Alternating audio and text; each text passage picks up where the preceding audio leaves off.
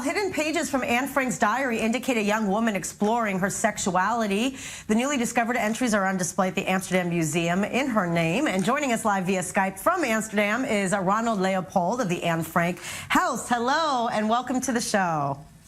Hello, thank you. Nice to meet you. I've been at the museum about 3 times, and it's already, such a fine experience every time, and you see something new. But this is now something really new that people haven't seen before. Tell us about how these hidden pages were discovered.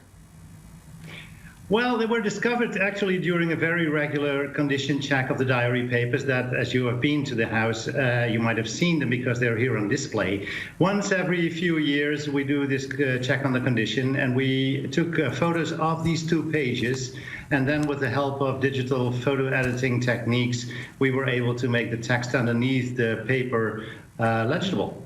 So what do we, from now looking at this, explain kind of the content. From what we've seen, it's like involving sexuality, but, sexuality how it was all of those years ago, not quite as blatant as it is now. Yes, I would say there are 4 kind of innocent, naughty jokes. And there is a short text which she describes how she would go about if someone would ask her to inform him about sexual matters. I see. And also, what are, as far as, all the years that you've been there, I mean, why is this such an interesting kind of new look at what was going on in her mind all those years hiding in the attic?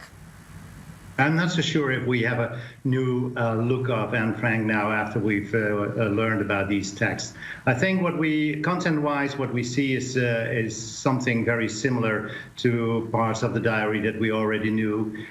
She wrote about sexuality in many other parts of the diary, so that is not exactly new. I think what we see here in these 2 pages are really the 2 faces of Anne Frank. One is a face as a teenager who is obviously curious about sexuality, as so many teenagers are. So that is one face.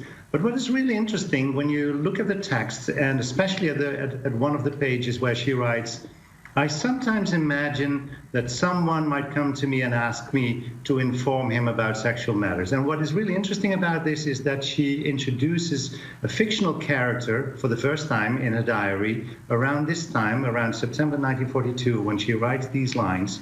And that is a method that really she starts to use at the time when she rewrites her diary a year and a half later, in May 1944. So the other phase, what we see on these pages, is a glimpse of Anne Frank, the writer, that obviously comes to bloom when she starts to rewrite her diary in 1944. Right. Wow. It's really interesting. And what do you think, how do you think modern day teenagers, could relate to, having access now to this, this very special part of her heart?